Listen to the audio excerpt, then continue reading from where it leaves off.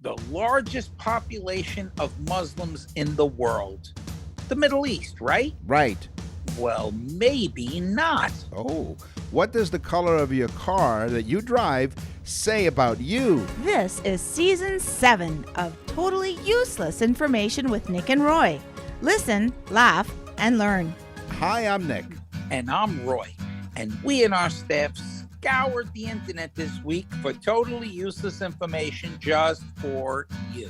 Plus, we will answer your question in our mailbag section. And in the news, pet goldfish commits credit card fraud on an owner using a Nintendo Switch. Totally useless information. It's everything you never needed to know.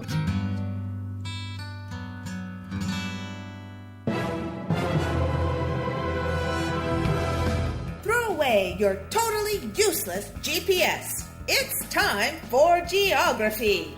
So get lost with Nick and Roy. I don't know what that lady looks like, but when she does that intro, I could just see her in one of those safari hats, maybe, camouflaged so she's riding in the desert. I think it's sick, Nick, that you envision women dressed in certain ways. I don't know sometimes what you're thinking when you hear women's voices. And I don't want to know. You know what? Don't worry, neither do they. So I think we discussed on the show, you're afraid of heights. You're not a fan of heights. Is that correct? I'm not a fan, no. In fact, the last time we were in Canada, we were in a really cool room at the Marriott. Right. But it was really high up and it had all windows, gorgeous room. It was amazing. And of course, free of charge because we're so popular in Canada. Oh, yeah, they just threw the room at you. Absolutely. We're yeah. big celebrities. Yeah. But I'm looking out at the beautiful CN Tower, and it was Christmas time, and it was cold, and the CN Tower was lit up. But I looked down, and there was just windows all over, and it's scary. Heights to me are scary. I get that pit in my stomach. Well, speaking of the CN Tower, that's coming up in just a couple of facts here in geography. I asked you for this reason because they have these glass bridges around the world. And when I talk about glass bridges, I'm not just talking about, just a couple of 100 feet off the ground. You're talking in the CN Tower, right? No. That's the glass floor, which I'll talk about. I'm talking about this place in Jasper, Canada, which is in the western part. It's Columbia Icefield Skywalk, perched 918 feet above the Sunwapta Valley in the Canadian Rockies. No, see, that ain't happening. I'm not walking across that. It's a lesson in it's a lesson in ecology, geology, glaciology, evolutionary history, as explained by the self-guided audio it'll tour. Be a lesson in defecation if I got to walk across that. While heavy snow might pile up on the cliff edge walkway in the winter. That's not all that's going to pile up on that bridge. Right. This glass bridge has 4 layers of glass that can withstand the weight of a Boeing 737 airplane. Yeah, I don't trust that. I don't care what they say. All right. So there you go. You know what when I first was reading about these facts, actually it was a colleague of mine at the radio station that I work at here in Toronto. And I said, they were talking about these glass bridges, which is what inspired these facts. And I said, you know what they should have? As you're walking across, they should have these speakers and the sound effects of glass cracking. Yeah. That would be hysterical. And well, I don't know. I walked. We went on an MSC cruise. Yeah. Which is a really beautiful ship, guys. I get nothing for it, but that was a beautiful cruise. The ships are Italian and they're amazing. But they had 12 stories or 13 stories up a glass bridge that went around the back of the ship. And I'll be honest, I walked around it, but it was, to me, I'm just don't like heights. Well, don't go to Jasper, Canada. Okay, I won't. Canada has a few people, right? I mean, for the size, it has very few people. Yeah. But what is the least populated country per square mile? All right. And I would have thought it was Canada because you guys have a large country with very few people. I think, what do you have? 30 million or 40, 35, 40 million people? More than 37 million plus. I lost count after 35,600,000. Yeah. I mean, you should start it over again. And we'll give you some time.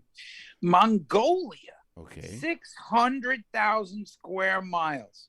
4 people per square mile. It's only 2.5 million people living in Mongolia. It's 100,000 square miles. Crazy. That's insane. Where the heck is Timbuktu? You know what people say? I went all the way to Timbuktu. So I wanted to find out, where is Timbuktu? Well, it's a city in Western Africa. In the Nick, yes? Timbuktu is a city in Western Africa. Oh, because I asked you, where is Timbuktu? Oh, hold on. Wait, let me do it correctly. Yes. What is Western Africa? Okay. I didn't realize we're on Jeopardy. Usually we're in Jeopardy, but not on Jeopardy. So Timbuktu is a city in Western Africa of Mali, historically important as a trading post on the trans-Saharan caravan route, historically important as the center of Islamic culture from the 14 to 1600s. It's located on the southern edge of the Sahara, 8 miles or 13 kilometers north of the Niger River. The city was designated a UNESCO World Heritage Site in 1988. So that is where Timbuktu is. Cool. There you go. See, now that's a good one. People are learning today. Learning a lot of this stuff. Yeah. The largest lake in the world. You'd think maybe, again, Lake Superior, right? You would think, given its name, yes. It is. It's super, super big. It's super deep, by the way. But did you know that the second largest lake in the world is in a place you'd never think? Africa. Oh. Yes. It's called Lake Victoria in honor of Queen Victoria. It was founded in 1858 by John. He's got 3 names. John Hanning Speck. So he had to be important because he has 3 names. Always. Right. And it's a massive second largest lake in the world, Lake Victoria in Africa. I wonder how far that is from Timbuktu in Africa. You just make a left in the Sahara and just keep going. Right. Just make a left at the sand dune, make a right at the other. Yeah, there you go, at the Mirage. Yeah. Make a left at the sand dune, make a right at the Camel, and you're on your way. That's right. But don't pass the Mirage, then you've missed it. Oh, yes. You won't see the engineer that slams the Nissan Rogue's door 13,920 times. Or the corrosive chamber that simulates 15 years of life in 5 months. Or the Rogue heat-baked for over 300 combined hours. What you will see is a vehicle that can take punch after punch and keep rolling. Nissan, #1 in new vehicle quality among mainstream brands by J.D. Power. We put it through the worst, so you get its best. For J.D. Power 2025 U.S. Initial Quality Study Award information, visit jdpower.com/awards. Awards based on 2025 model year. Newer models may be shown. Have you ever seen bike racks all over any city, right? You've seen lots of bike racks everywhere, right? Yes, not that I use them, but I've seen them. Okay. Now you're thinking, that kind of clutters up the streets and everything. What if they came up with a different idea where you can sort of have a bike garage that doesn't look so cluttered? What do you think? Is that a good idea? I'd say I think people shouldn't ride bikes at all, but go ahead. Oh, boy. Okay. Sure.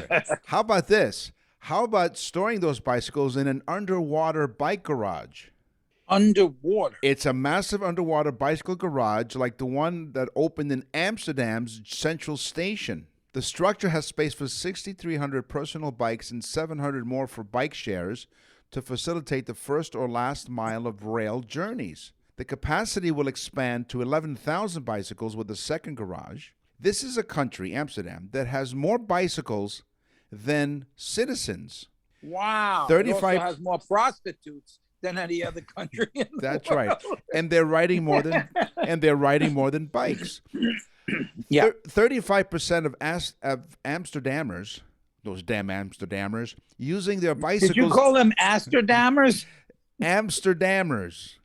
They come from Amsterdam, using their bicycles daily, which increases to 50% of Utrecht's residents. So imagine, this is a country that has more bicycles than citizens, so they have to put these bikes in an underwater garage. You know what cracks me up, too, about Amsterdam? I used to have a friend that would go there. He'd save up all year long. He was a single guy. Yeah. He would go to Amsterdam, and he would take advantage of all the legal prostitution. They have the red light district, which literally they have red lights on they're available. Yes. And they stand in windows in scantily dressed clothes, and like so that you look at them like a model, and then you go in.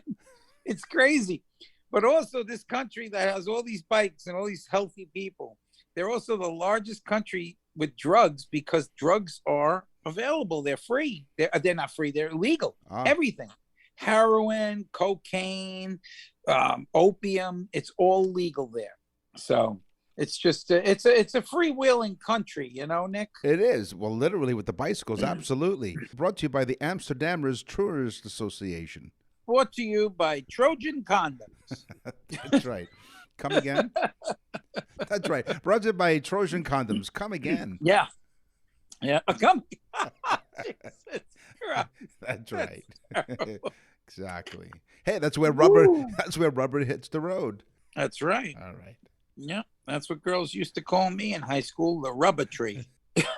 the word capital, right? We just take it for granted. Right. It has two meanings. All right. Okay. Originally, it has two meanings. Mm-hmm.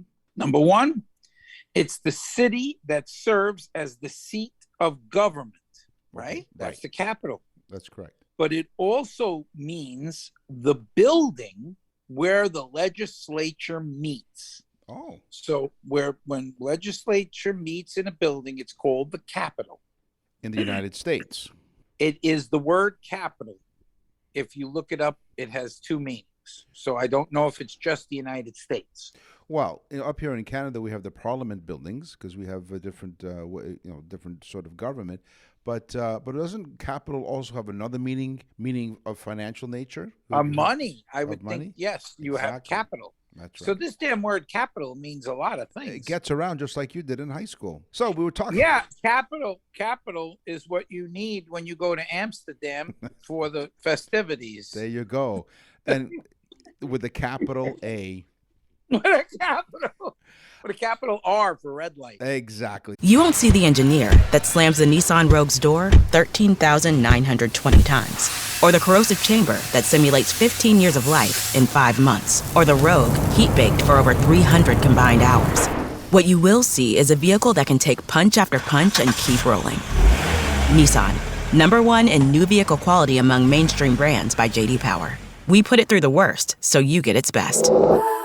For J.D. Power 2025 U.S. Initial Quality Study Award information, visit jdpower.com/awards. Awards based on 2025 model year. Newer models may be shown. So we talked about, we teased you about Toronto CN Tower. So yes, I do live in Toronto, Canada. Roy's in Fort Myers.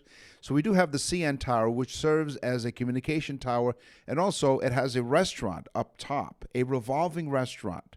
The 360 restaurant, look at how clever they were. They call it the 360 restaurant because it goes around in 360 degrees. Exactly. Now, you see the Canadians, they're real sharp. Oh yeah, exactly. So this is the. I got a red truck. What do you think we should name it? Red Truck. Yeah. So you go and you make a reservation at the 360 restaurant and ask for a table in the corner. So part of this fact here comes courtesy of my boss, my direct supervisor at the radio station. He said, here's some total useless information for you. And I'm thinking, I better get this right. Otherwise, well, it's been nice knowing you. Wait a minute. What was that I heard in the background? Was that a kissing sound? No. This is not kissing butt. This is saving my butt, okay? Because just before I found this information, I updated my resume just in case. Yep, okay, The 360 restaurant revolves around the city. It takes 72 minutes to make one complete revolution. Oh, basically, so you better order slowly, otherwise by the time you finish, you still haven't seen the whole city. Exactly. The anchors to build this the structure was built to last 300 years. That was his question. He was asking me, how long does the concrete last? It's 300 years. 300 years. So basically, those poor suckers that are up there like 299 years from now, they're in for a real treat. Yeah, and for a real ride. Yeah, it was a rocky ride. But you better. I have news for your boss. Yes. I have some information that's very pertinent to him.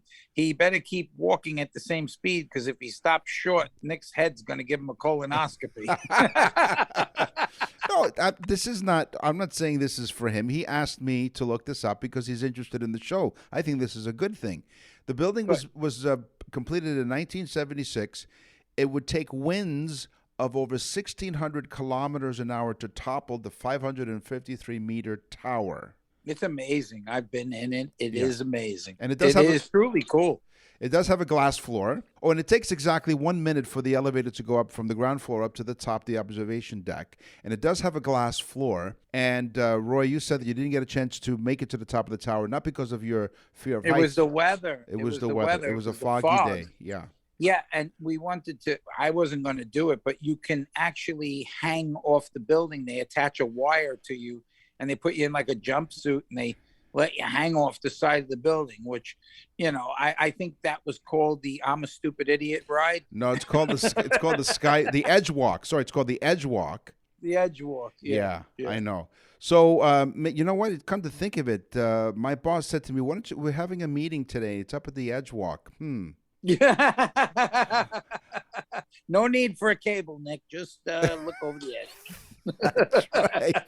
My goodness.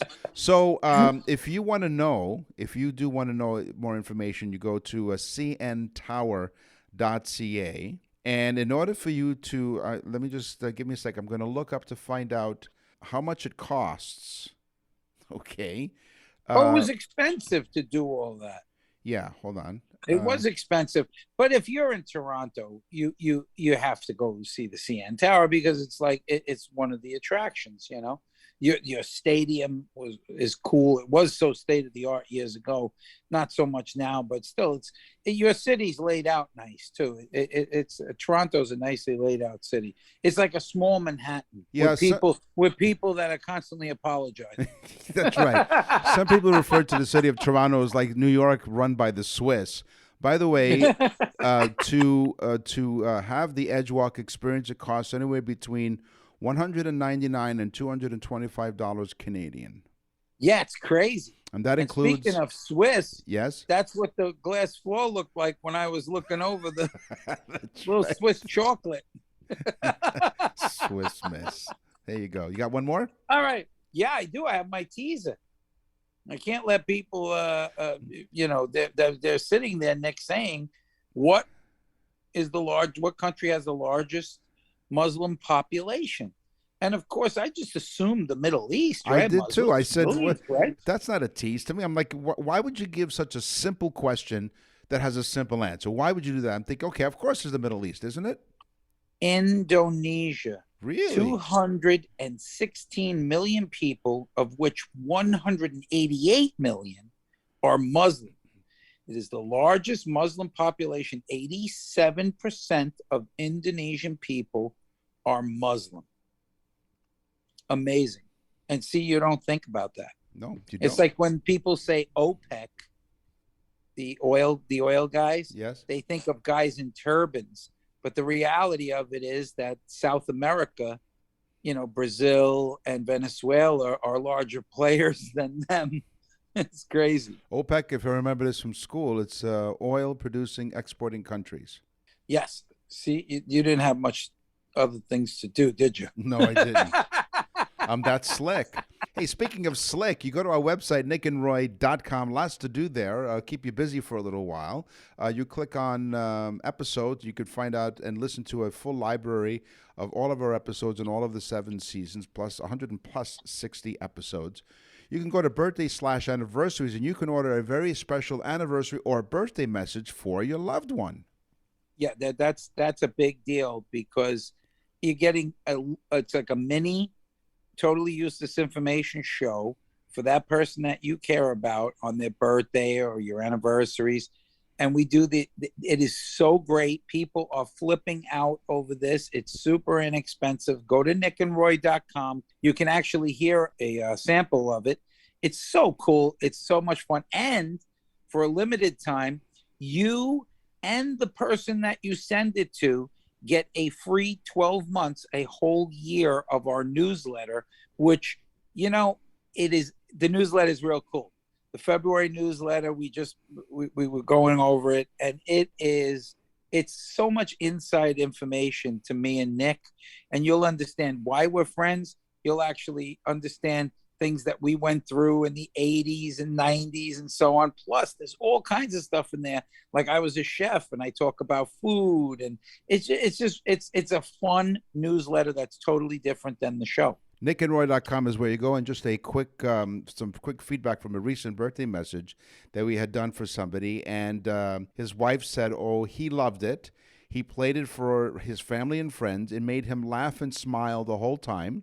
And it's such a unique gift to be able to give someone, she says. Thank you, Nick and Roy. And by the way, she says, P.S., he finally understands why I listen to you guys every week.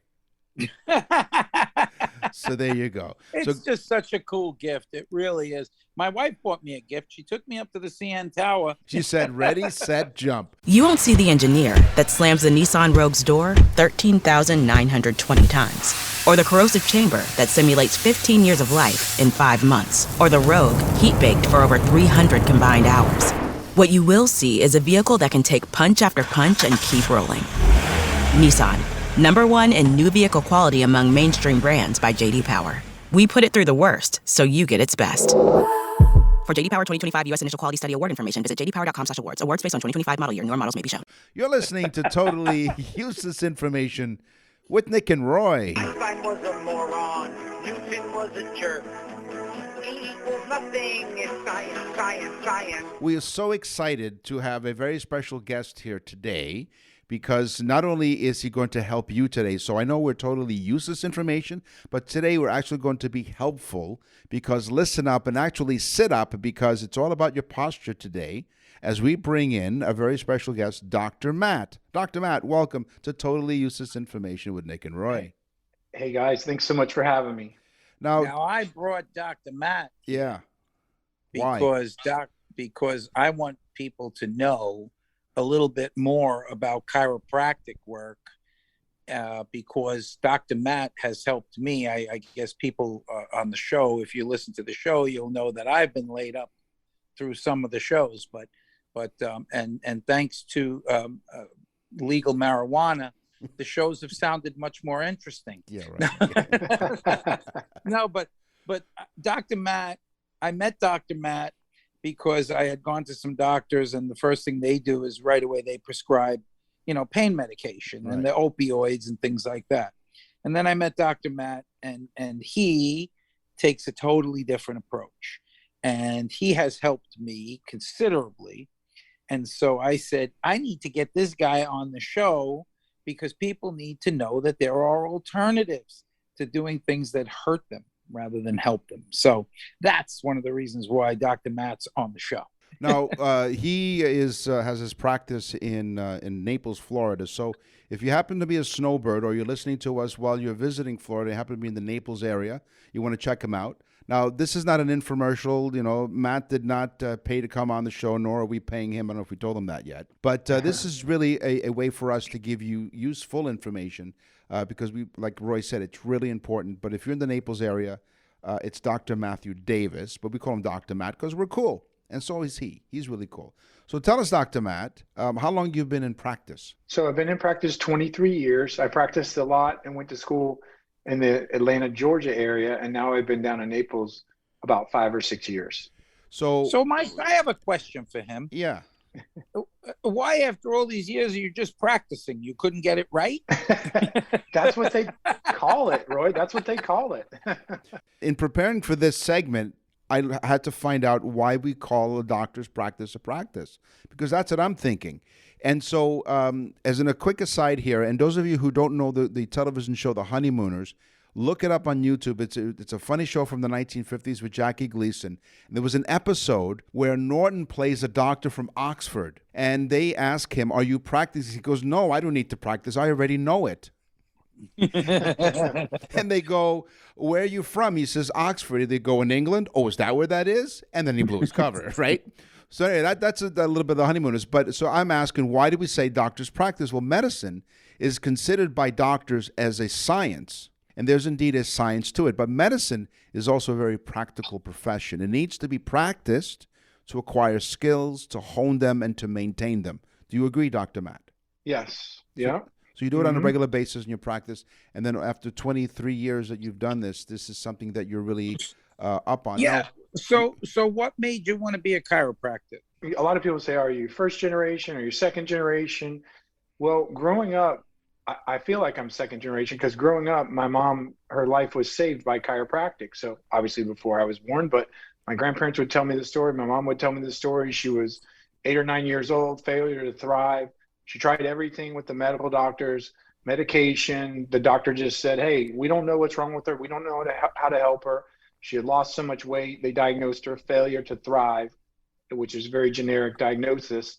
And down in Miami, where she grew up and where I grew up, my grandfather would say, we decided at the last chance, or as a last chance, take her to the quacky chiropractor.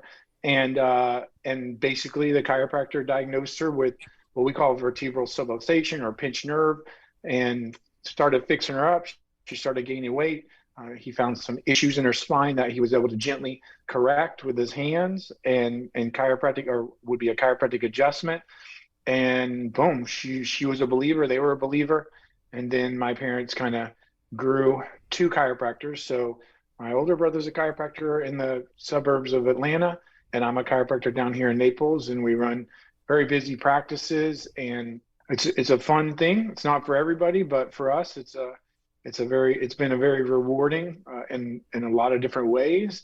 And you just get to go and help people, and it's a lot of fun. You won't see the engineer that slams the Nissan Rogue's door 13,920 times, or the corrosive chamber that simulates 15 years of life in 5 months, or the Rogue heat-baked for over 300 combined hours. What you will see is a vehicle that can take punch after punch and keep rolling. Nissan, #1 in new vehicle quality among mainstream brands by J.D. Power. We put it through the worst, so you get its best. For J.D. Power 2025 U.S. Initial Quality Study Award information, visit jdpower.com/awards. Awards based on 2025 model year. Newer models may be shown. Well, I also love the way his office is set up, Nick. It's set up very open, so you come in, and the tables are all, like, even the decompression, the spinal decompression tables are all in one big open room, which makes it, which to me it's great. I love it. So I think it's so much. It's less formal. It's more like, and so you move a lot more clients, I would think, that way too, because, but not only that, I mean, I'm amazed at the attention that you pay to each individual client that comes in, Yeah, well, I knew you would love that, Roy, because can you imagine if we put you in a room all by yourself? You would have been bored. You again, know what's going on. Yeah, I know all kinds of crap. I know the guy from Starbucks. Well, and what's cool is, like, so the first visit, it's a private room, and then after that, it's kind of set up like a lounge kind of. We have seating in the back room, and then we have just multiple tables. And so if people want to talk about or need to talk about private things, we'll jump back in that other room, the private room. But most of the time, they're like, man, let's just get this going. And the vibe, like, people get the vibe right off the bat. You actually probably heard somebody on their 12th visit. It usually takes time. It's kind of like going to the gym for chiropractic or spinal decompression disc therapy.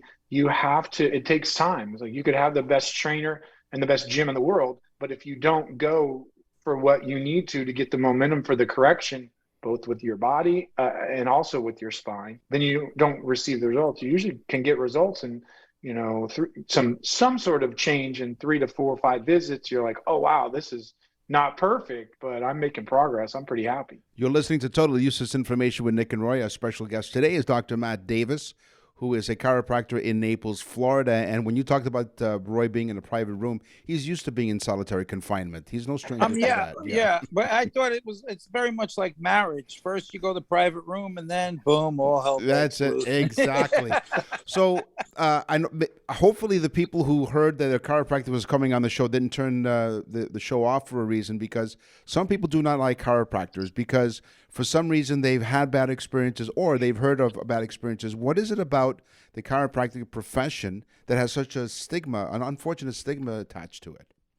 So it depends on who you talk to, because a lot over the years, there's been misconceptions and misperceptions. Mm-hmm. And, chiropractic at one point years ago, it's a profession that was 1895 is when it was discovered or invented. And over the years, there was a certain point in time where it was outlawed for licensure, and then it was hard to get a license. There was chiropractors that were jailed back in the day, and so I really have no problem with either side of it, whether it's medicine or chiropractic. But it's two different things. It's kind of like getting your car painted You go to a certain shop that is paint, or you go and you get, say you want to paint your house, that is paint also, but you wouldn't put automobile paint inside your house and vice versa. So it's kind of two different things. I call it sick care and health care. And so sick care would be medicine and surgery and procedures, and healthcare would be like how you eat, the vitamins you take, exercising, taking care of your spine and nervous system, going to the dentist, brushing your teeth, stuff like that. So with those misconceptions and misperceptions, people kind of grew up, and some people, their family took, like with politics and other things, some people, their family took them to the chiropractor, and that was part of it. Just like they went to the dentist and they learned to eat and exercise. And some people, those misconceptions and misperceptions were there. Maybe they grew up in a family that just didn't like chiropractic. Maybe just like any profession, you can have good and bad of everything. You know what, Nick? I think it gets a stigma to it because it's literally just physical movement of your body, whereas people want to take pills. We're so programmed to want to take a pill for something. You go to the doctor, what do you get? You get a medication. You go from the doctor to the pharmacy. That's what you do. That's Right. how it works. Yeah. But with a guy like him, you go to him and he's healing your body while you're there. You're not going to take anything else. What, you know? Dr. Matt, what is the difference between physiotherapy and chiropractic therapy? If there is Great a- question. So physiotherapy, PT, is more like stretching you. It's more like loosening muscles. And that's great for, like, let's say you had a heart attack or a stroke, or you broke a bone, or you dislocated a shoulder. That's going to be the best thing for you. But what I mainly do, what chiropractic was developed to do, and there still are a decent amount of us chiropractors around that still do this, is find pinched nerves or vertebral subluxations in the spine and correct them. So the only thing different from what Roy said is I'm not healing you. I am finding the area of nerve interference, and I'm correcting that and letting the best doctor that's built inside you work like it's supposed to heal itself. You know what I'm kind of mad at, Nick? That you have a lot of good questions. Well, what?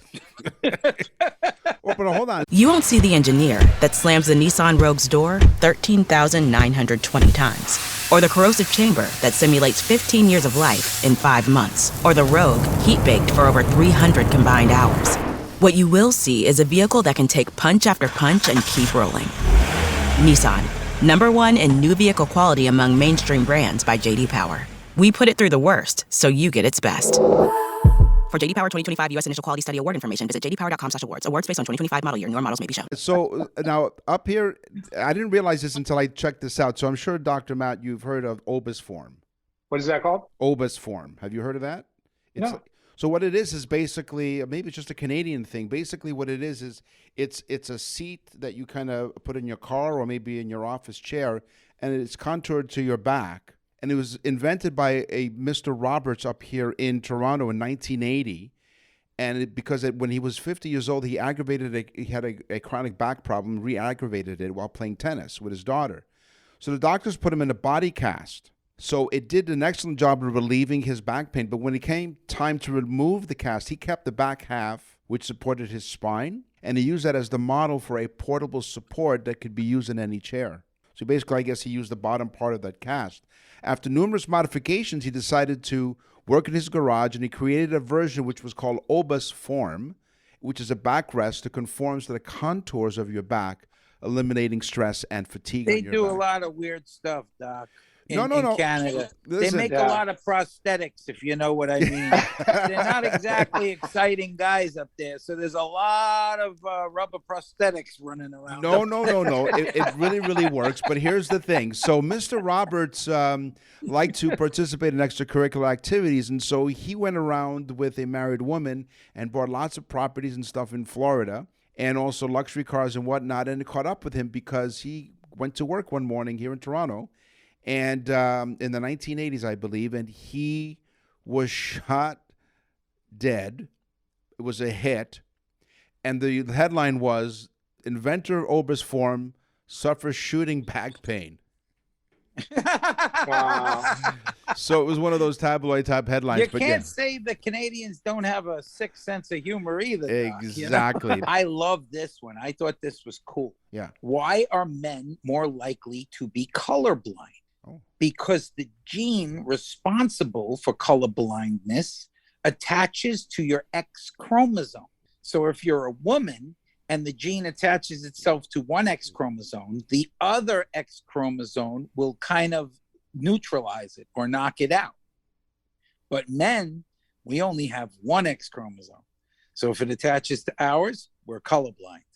Does that mean you see everything in black and white like an I Love Lucy episode? Yes, which is kind of nice, Nick, because I'd rather look at you in a black and white form, to be fair. That's right. I'd rather not look at you at all, but right, there you go. Can you tell Dr. Matt that we're fast friends for over 40 plus years? 40? Wow. Yeah, I can tell. Yes. We met in high school. Yeah, it's crazy. We did, and part of the story is, it's actually in our newsletter, an upcoming newsletter, because we have a monthly newsletter, and we basically, Roy explains how we met, and basically it's because of Roy's irresponsible activities that's how we met and became good friends, believe it or not. So, you got a science one, Nick? So now, speaking of chiropractic adjustments, because again, I wanted to be prepared for Dr. Matt. As you notice, I'm sitting up straight. You know, I have perfect posture. Very good posture, Nick. Yes. Yeah. Now, but here's an important question, though. Is it important for you to literally sit up straight and have good posture? And will that impact you later in life if you don't have good posture? Yeah. So you want to have support because that's going to take stress off your spine or not create excess stress. But yeah, you want to support yourself when you're sitting at a desk or sitting down, but sitting's not a natural position for us. We were made to be up, standing, walking, and using our body. So think about it. Our culture has really changed a lot to really sedentary sitting posture. So it's always good. Like there's no substitute for seeing a chiropractor and maintaining a good aligned spine and a good communicating spine. But you also, if you go home and you're at work all day, a lot of people are working from computers these days, and you're just crunched over looking at some, or yes, even, I think even just the same or maybe worse is cell phones. So I see a lot of kids, and a lot of times their spine's worse than an older person because they're on iPhones, they're on tablets, they're on computers, and they just have very horrible. So you see people a lot where if you look at them, their head's forward, whether you notice or not, grocery store, anywhere else, their heads is forward.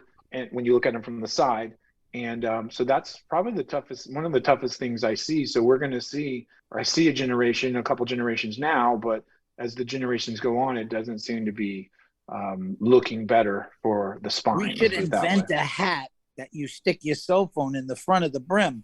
Yeah. And this way you can look at it directly. And you don't have to worry about slouching your head down. And it's not cool to have your phone up like this, but no, but you put it, and we'll invent a case that has two eyeballs on the back side of it, so that when you look at the person, it doesn't look weird. It looks like they're looking at you. You know, Dr. Matt, when you were talking about how we're not really built to sit down, you have to stand up, because I think what all Roy heard was we're all erect. That's all he heard out of all of that. Oh, yes. Yeah. Roy, I prefer the being erect. That's right. Exactly. Listen to this one. I wanted to tell you guys this one, another science one. Yeah. Bed bugs. Yeah. Bed bugs are disgusting. They look like little ticks. They're disgusting animals. They suck your blood. But bed bugs, they have sex in a strange way. The females do not have vaginas. What? Yes, that's strange in itself. But the males, they slam what we would consider a penis they stab the female. They literally stab her and penetrate her body. And then they ejaculate into the female's body, and the sperm finds its way to this place like it's almost like a womb. But they literally have to stab the female in order to have sex, which is basically how Nick got his first date. That's right. Oh, that's what they mean by don't let the bed bugs bite. Now I get it. Wow. So that is wild, because, I mean, bed bugs, I mean, that, by the way, that's where the expression don't let the bed bugs bite, that came from. Yeah, of course. And so that's amazing how they have to slam, like body slam into the female. All right. Yeah. No, they literally stab her with their somewhat type of penis. Right. Their erect penis. Yeah. One of the things in doing the research for having you on, Dr. Matt, was so with chiropractic care, you get rid of some harmful toxins because as you're working on somebody, so some chemicals like endorphins get released. Explain to us how that happens in the process of as you're treating someone. How is it that these endorphins are released? Well, a couple things. So it's an alignment thing that we correct, and then it's a pinched nerve, lack of communication thing. But in the process of actually applying the adjustment, it will release endorphins from your spine, from your nervous system, and that's why people, a lot of times when they get adjustment, especially certain techniques, more hands-on techniques, you'll get a lot of times those endorphins, and people are like, oh my gosh, like when I give somebody their first adjustment or the first few, they're just like, they just smile on their face, and they're like, good. Holy cow, how come I've never had this before? It's a release. So, it's just this like release. You feel that pop, and it's like, okay, it's back in place, you know? Yeah. And you can't see it, but you feel it go back into place. It's so weird. It's almost like you're visually watching your spine go back into place. Yeah. You know what, Nick, too? Let me tell you something else. Sure. Dr. Matt's very similar to us. He married up. and I have to shout out to Christina because she is fantastic. She runs the front of the house and she runs it like a ship, boy. She's great. She's awesome. I know that feeling. In my household, I'm the boss because my wife said it was okay. What I did neglect to do on our show is normally, Dr. Matt, because we're totally useless information. When we have useful information, we have this that we play for our audience. So I apologize for neglecting to play that because this is truly useful information. Which we don't play that very much, Doc. We have to dust it off every once in a while. We all have asthma from all the dust we're inhaling. Dr. Matt, we can't thank you enough for joining us today at Totally Useless Information with Nick and Roy. I'm sure you have a website which has a lot of valuable information. So if you can't get down to Naples, what is your website for people to find out some great information? So we're www.chiropracticofnaples.com. It's Dr. Matthew Davis. We're right up there in Google. So Matthew Davis, Naples, Florida. If you're in the Florida area, check him out. And Dr. Matt, we can't thank you enough for giving us some really valuable, not just useful information, but actually valuable information that we can share with everyone. Thank you for joining us at Totally Useless Information with Nick and Roy. See you, Dr. Matt. Thank you. Hey, thanks, guys. Nice talking with you. Thanks for your time. You're listening to Totally Useless Information with Nick and Roy. You won't see the engineer that slams the Nissan Rogue's door 13,920 times. Or the corrosive chamber that simulates 15 years of life in 5 months. Or the Rogue heat-baked for over 300 combined hours. What you will see is a vehicle that can take punch after punch and keep rolling. Nissan, #1 in new vehicle quality among mainstream brands by J.D. Power. We put it through the worst, so you get its best. For J.D. Power 2025 U.S. Initial Quality Study Award information, visit jdpower.com/awards. Awards based on 2025 model year. Newer models may be shown. This is Totally Useless Vehicle Information with Nick, Meet, and Roy. Boy, Dr. Matt was just amazing, wasn't he? That was fantastic. Thank you for bringing him on. From time to time, we bring on guests, folks. You know, our show's light, and we like to have a lot of fun. But from time to time, we do bring on like Leanne with the nutritional stuff, and we have a good time with her as well. But there is interesting information that's important for people to learn, you know? Perfect. So. Well, while you're sitting in your car, my facts today all have to do with my teaser. The color of your car says this about you. If you drive a white car, first of all, it makes up 35% of the market. And the color is most popular in China at 50%, Africa at 46%, Asia Pacific at 41%. But while in Europe, white scores 29%. And people who like the color white are calm, tidy, and positive. They can be conservative and tend to like order and simplicity because white symbolizes purity, innocence, and freshness. Well, I'm going to tell you, down here in Florida, if you don't own a white or a silver car, I mean, I own a white car. And believe it or not, my wife drives a black car. She had white too and silver and so on. But white and silver down here in Florida, I mean, that's the color, white and silver. So hot down here that the white cars, I guess, tend to be cooler. I don't know. The first self-propelled vehicle Oh. was not a car. It was a tricycle. Again, 3 names: Nicholas Joseph Cournot, Cognot,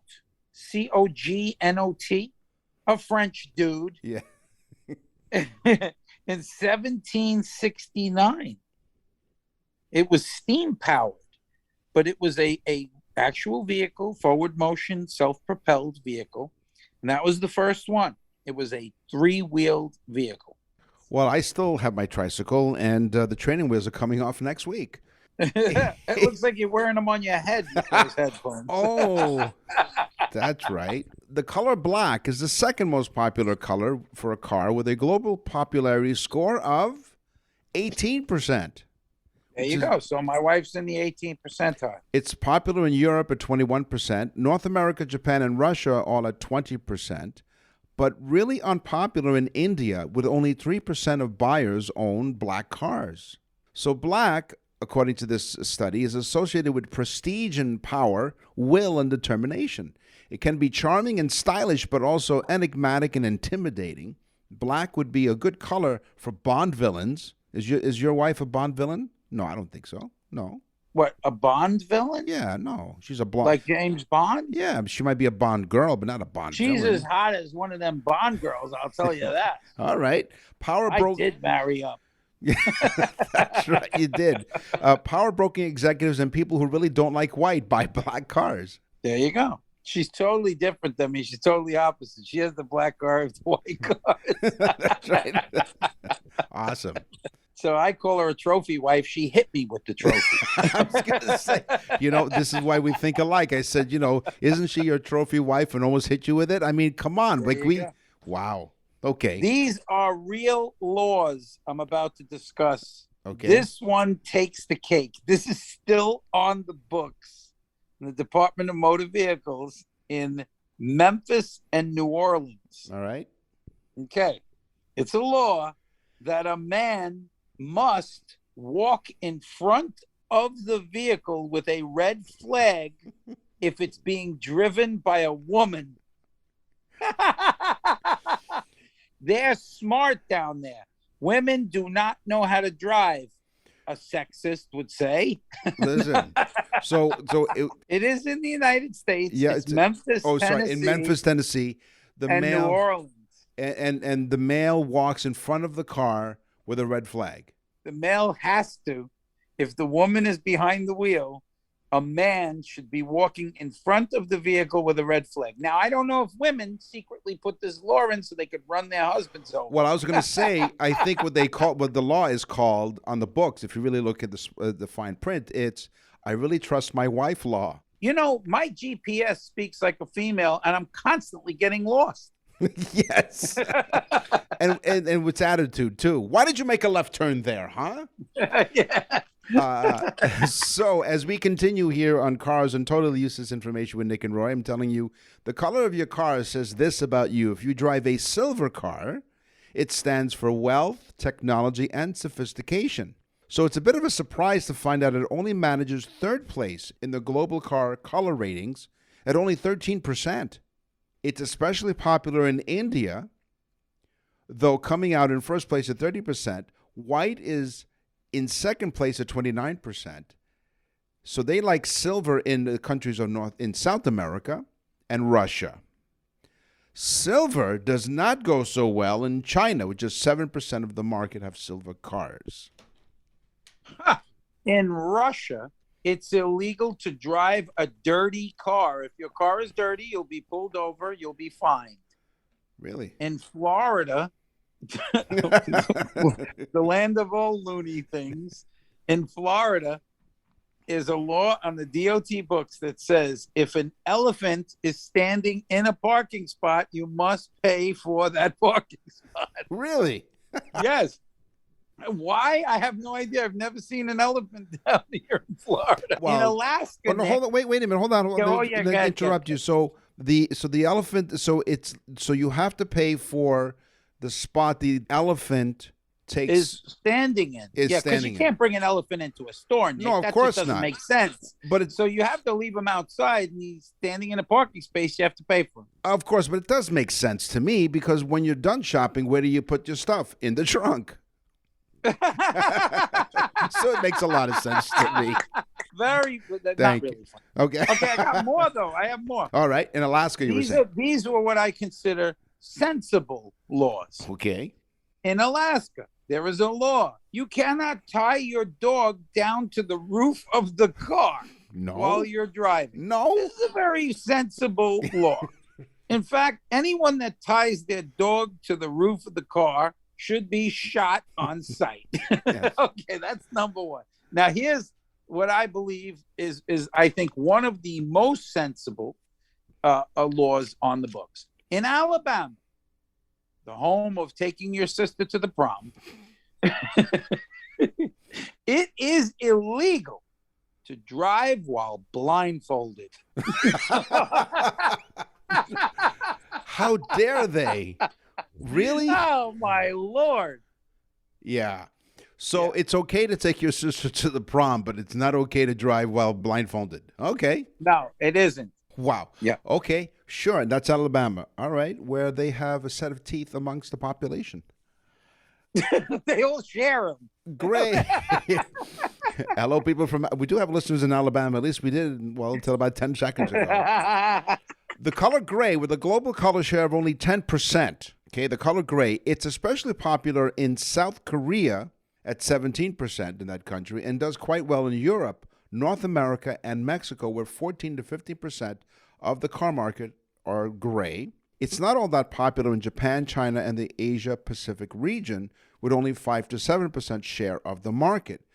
Gray is deliberately detached and emotionless. That's what they're saying. It can be seen as indecisive, compromised color for those afraid of commitment or strong statements. Hey, wait a minute. Yeah, I drive a gray car. It's the color of caution. No, you know what? It's silver. It's not gray. It's silver. Though on the upside, it can be also associated with wisdom and age. So, yeah, it is a gray car. And it doesn't show the dirt too much as well. Wow. You won't see the engineer that slams the Nissan Rogue's door 13,920 times. Or the corrosive chamber that simulates 15 years of life in 5 months. Or the Rogue heat-baked for over 300 combined hours. What you will see is a vehicle that can take punch after punch and keep rolling. Nissan, #1 in new vehicle quality among mainstream brands by J.D. Power. We put it through the worst, so you get its best. For J.D. Power 2025 U.S. Initial Quality Study Award information, visit jdpower.com/awards. Awards based on 2025 model year. Newer models may be shown.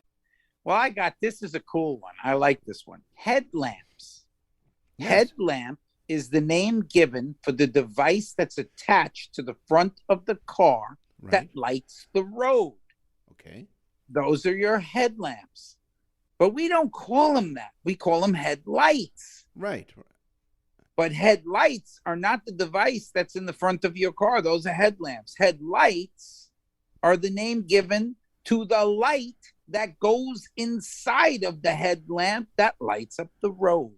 Oh. So your headlamps are what really are in the front of your car. The filament that goes inside of it is called a headlight. The headlight. And if it's a really cold And day. in in Nick's case, it's just a reflection. Yes. On good manners. You're listening to Totally Useless Information with Nick and Roy. As we mentioned, you go to our website, nickandroy.com. You check out the birthdays and anniversaries. We thank everyone who's ordered birthday and anniversaries. And as we mentioned, for a limited time, we'll give you a 12-month subscription to our Totally Useless VIP newsletter that's chock full of stuff that's not necessarily from the show. It's a great compliment to the show. It's a supplement to the show. If you're a fan of our show, we thank you for your support at 160 plus episodes in 66 countries. The newsletter really adds a lot of nice stuff. Our stuff. Totally different. Yeah, totally It different than the show, guys. It really is an insight into Nick and I and other things. It's just it's so cool. The newsletter is really great. People are it came out better than I think we expected it to as well. Well, like everything else. So go to our website to get in touch with us, to leave an email at nickandroy.com. What's in the mailbag? What's in the mail? So this one I had to choose because it because of the name, number one, the person's name. Right. But also because it fits so well with what we were just talking about with the newsletter. Mm-hmm. This is Peabody from Massachusetts. His name is Peabody. So definitely he had parents that did not like him. Yes. Either that or they had an incontinence problem. Yes, So they called him Peabody. Yes. Good idea. Sorry about that, Peabody. Please keep listening. That's right. But Peabody, if you had our newsletter, you'd know some of this stuff. And it says, Peabody from Massachusetts, he gets right to the point, one line. Were you guys radio DJs before this show?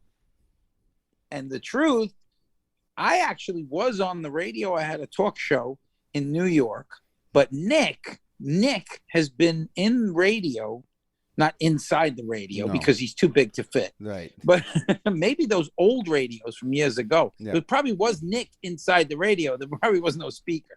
So, I was a filament of my imagination, yes. no, but Nick has been in radio. He worked for NBC Radio. He had his own show in Bellwood, Altoona, Pennsylvania, the Mr. Nick Show. So Nick had radio shows for a very, very long time. Yeah. So, but if you get the newsletter, you'll understand information like that. How did Nick get into radio? What did I do? Things like that. So you'll get a little more background into what makes us so deranged. Yes. And thank you. Unhinged. Which is why you keep listening to us, and we really do appreciate that. My mailbag comes from Jackie from Williamsburg, Virginia. Dear Nick and Roy, we love listening to your show every week. You guys crack me up. We really enjoy when you guys try to make what we really enjoy is when you guys try to make each other laugh, and in turn makes me laugh. Okay. Here's my question. I have heard of this expression, being blackballed. Where did that expression come from, and why did we use it? Well, first, it's a great question. Thank you, Jackie from Williamsburg, Virginia. To blackball someone is to exclude a candidate from joining a gentleman's club.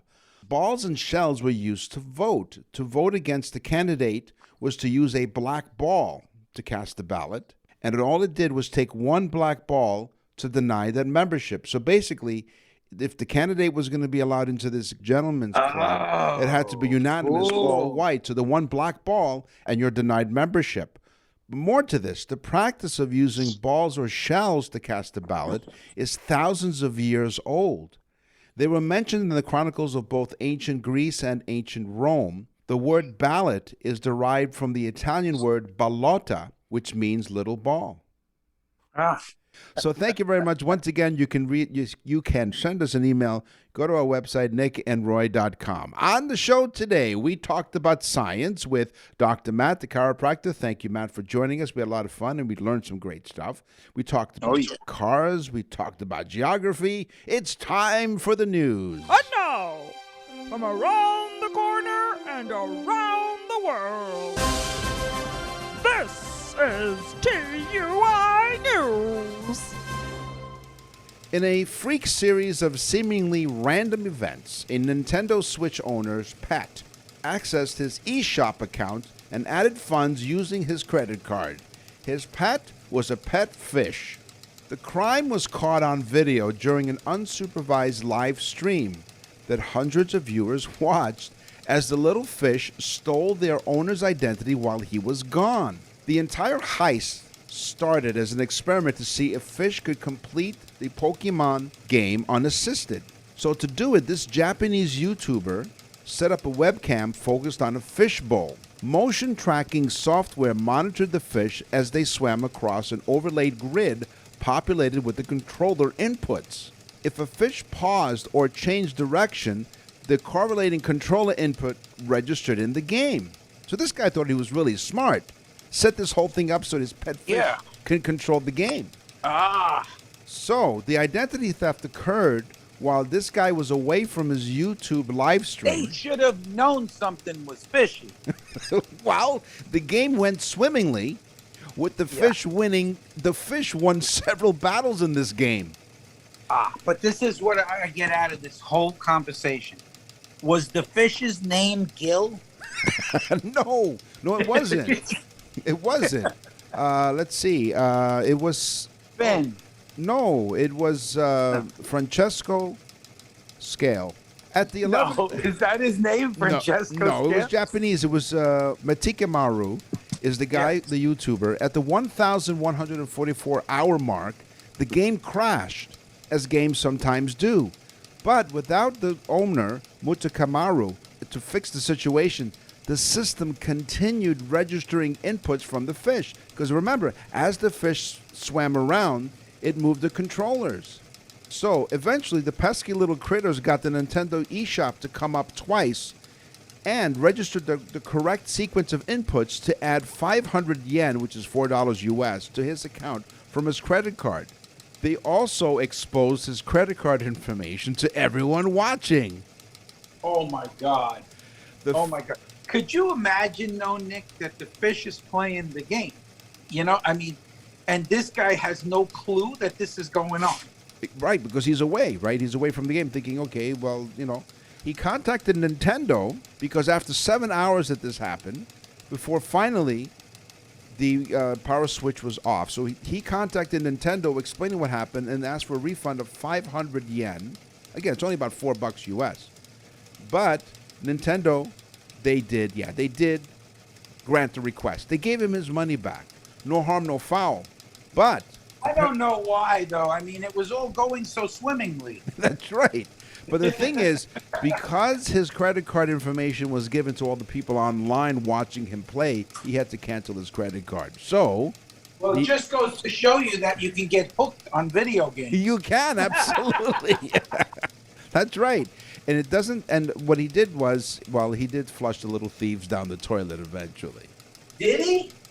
Oh, that's what I think. That's my speculation. He killed the goldfish? Well, he's a thief. Come on. You kidding? By the way, we got to look into this. Did you know that the attention span of a goldfish is 2 seconds? Unless you're playing, of course, unless you're playing the Pokemon game on Switch. What did you say? The attention span of a goldfish is 2 seconds. What? That's all the time we have for this edition of Totally Useless Information with Nick and Roy. We will scour the internet and other sources, and so will our staff, and the attention span of a goldfish is only 2 seconds. And we'll gather more totally useless information just for you. And until then, you need to tell everyone about this show, because it is, we say listen, laugh, and learn for a reason, because you truly do, and we enjoy coming out to you in 67 different countries, and all over the radio from coast to coast to coast in Canada. And we really do appreciate every single one of you that listen. So thanks for always being there for us. And like we said, go to nickandroy.com and look at the newsletter and that birthday information. And it really does, it helps us keep bringing the show to you. So we appreciate everything that you guys do for us. I'm Nick. And I'm Roy. Thanks for listening. Totally Useless Information with Nick and Roy is a production of nickandroy.com. Visit nickandroy.com to access the full library of episodes or wherever you get your podcasts.